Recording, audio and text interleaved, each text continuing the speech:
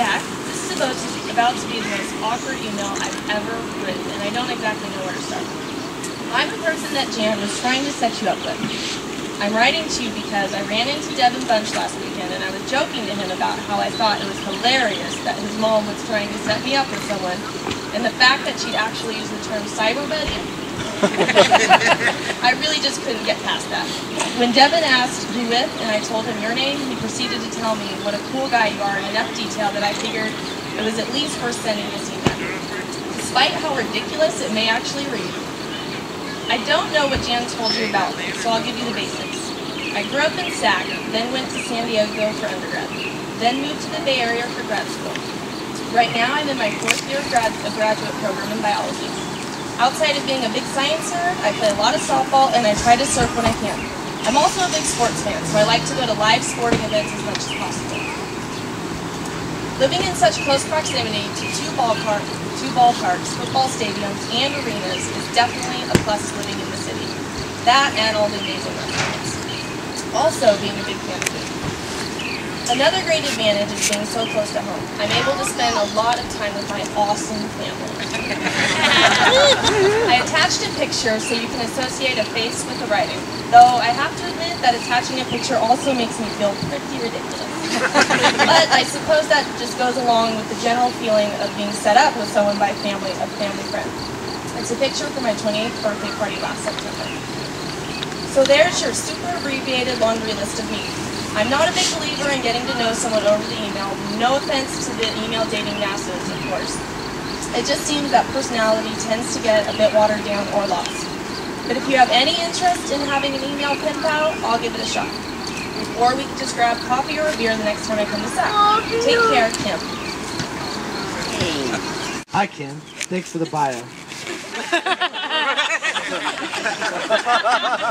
I had a 28th birthday party last September, also the 19th. Glad to hear that you were born in the year of the dragon. Not that I'm into all that, but you have to admit, it's a pretty easy choice between a dragon, a rat, a goat, a cock, a rabbit, or a horse. Of course, a monkey would be a close second. I saw Devin last night, and he had some extremely nice things to say about you, so I thought that I would try and respond properly to your email. Oh yeah, thanks for being the gutty one and writing first. I have to admit to being self-conscious at this point, but since you included a bio, I will show you mine. I live in the same apartment complex as my brother and sister. Parents own the place, so rent is cheap. I like being able to see the family often. It will be 2 years come May since I returned from the Bay. I put in 4 years at Camp St. Mary's and 3 years at Berkeley, so I got a few letters I could put after my name if I did not think it lame. It has been a bit of an adjustment since moving back. Usually I pick up things pretty quickly, but this whole working for a living thing has been throwing me off.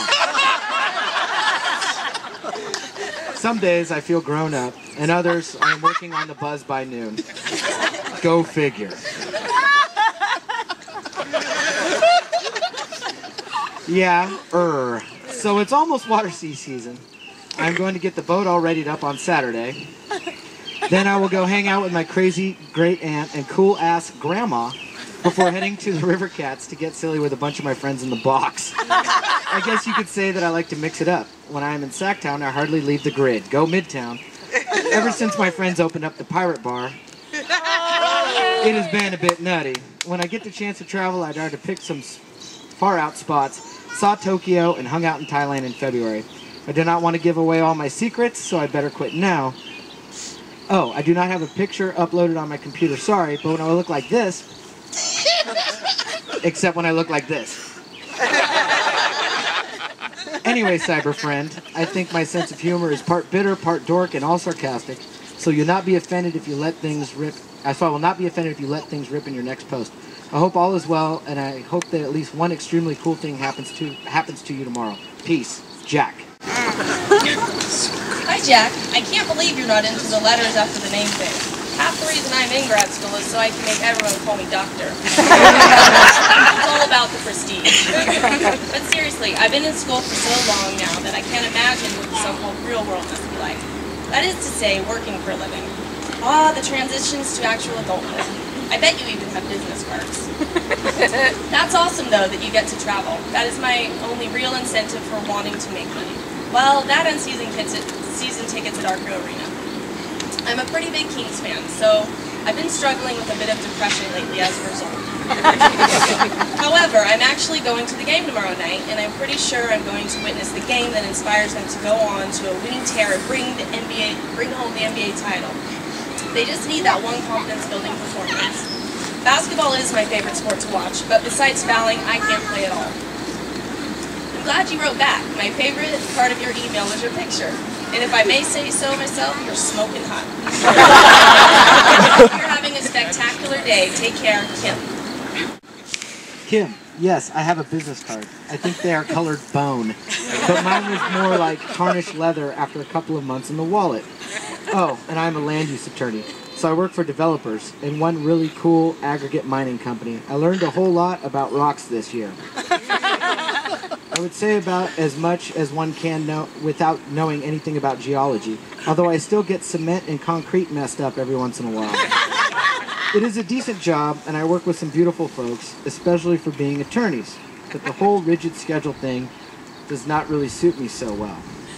I tend to sabotage myself a bit when faced with the knowledge that succumbing to a routine will serve me well.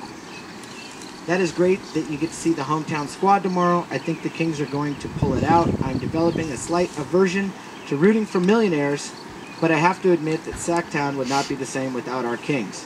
If the Kings win tomorrow, and you hit the town, my number is 599-5225. Yeah! There you go, Jack. If the Kings lose, I would make poor company. Peace. Jack. As fate would have it, it's fun. It's the only game they won in that playoff series. So Jack and Kim met up at the Golden Bear after the game that night. Jack ate ribs, while Kim beat Jack's friends a lot at Flyers guys. They liked each other a lot. And soon they were starry-eyed and falling in love. Unnamed friends of Jack's began making bets over whether or not they would make it past 65 days. Jack, it makes me smile that you're smiling. Man, we are totally disgusting. And if we weren't us, comments like that would make me sick to my stomach. I think that's how I know I like you so much, that stuff doesn't make me nauseous with you. How's that for a romantic statement? Love, Kim. Kim, thanks for writing sweet things to me all over the internet. Nothing makes me happier right now than knowing that I'm going to be with you. I can't believe I mean that. Love, Jack.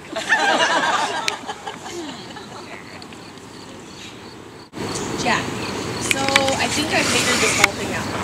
You know everything, except for molecular biology. And the only reason you don't know that is because you grew bored of the subject and were too anxious to move on to quantum physics. This was your fatal flaw, as you also need sufficient knowledge of biochemistry to fulfill the all-knowingness required for your plan of world domination. So, you are now using me to fill the final gaps. In biology, we call this a symbiotic relationship. As we are both benefiting from our association. Since I am using you for other things. I miss you, Kim.